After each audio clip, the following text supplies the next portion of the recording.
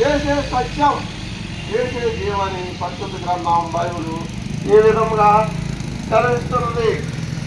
మనము దేవుని ప్రేమించటమని కాదు, తానే మనలను ప్రేమించి మన పాపములకు ప్రాయశ్చిత్తమై వినుటకు తన కుమారుని పంపెను గనక మనము దేవుణ్ణి ఎప్పుడు కూడా ప్రేమించలేదు.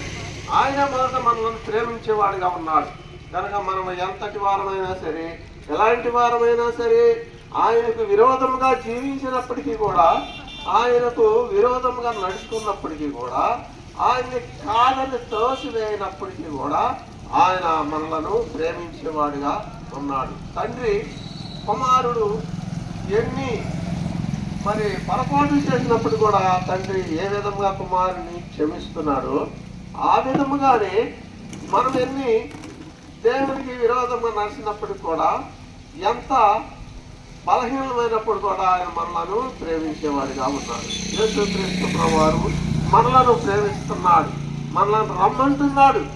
ప్రయాసపడి పాపవారం మోసుకున్న సమస్త జిల్లారా నా దగ్గరకు రండి, నేను మీకు విశ్రాంతి కలిగజేస్తున్నాను.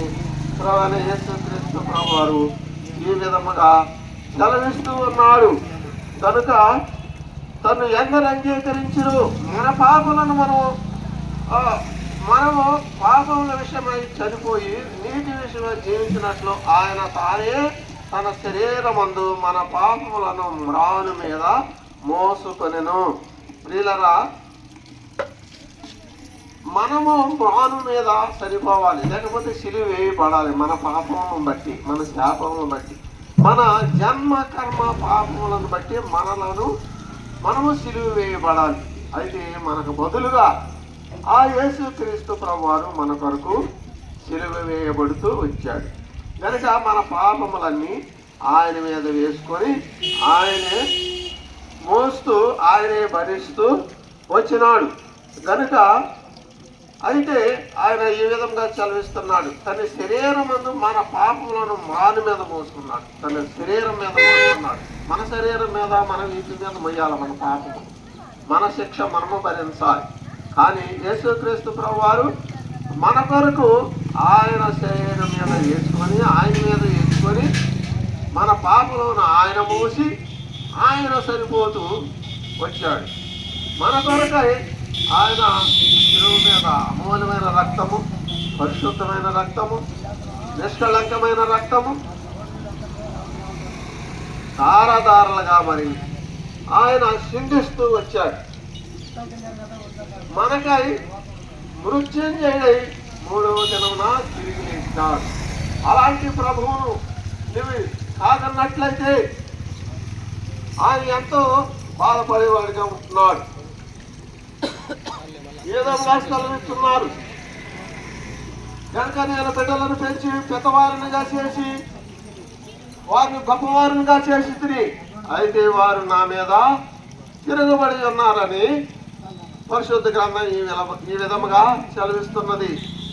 ఎద్దు తమ కామందు నెరుగును, గాడిద తన సొంత వారి దొడ్డ తెలుసుకును. నా ప్రియులు యోషింపరు, నా మాట వినరు, నన్ను అంగీకరించరు, నన్ను నమ్ముకోరు, మాట చెప్తే చెవిని పెట్టనని ఆయన ఎంతో బాధపడుతూ ఉన్నాడు. ప్రతి వాడును నడినెత్తిని వ్యాధి కలిగి అరికాలు వరకు మరి ఎంతో బాధపడుతూ ఉన్నాడని పరిశుద్ధ గ్రంథం బైబిలు చదివిస్తున్నది. పాపములను తీసివేయుటకు యేసుక్రీస్తు ప్రభువారు ఈ లోకానికి మనల్ని రక్షించాలని, మనల్ని స్వస్థపరచాలని, ఆ పరలోక రాజ్యానికి వారసులుగా చేయాలని ఆయన మన కొరకు ఈ లోకానికి వచ్చి శిలువ మీద ప్రాణం పెట్టి తిరిగి లేచాడు. పాపుల రక్షకుడైన యేసుక్రీస్తునందు విశ్వాసం ఉంచుము, అప్పుడు నీవును నీ ఇంటి వారును గొప్ప ఆత్మరక్షణ పొందెదరు. మీరు మరి ఈ యొక్క చెప్పు కూడా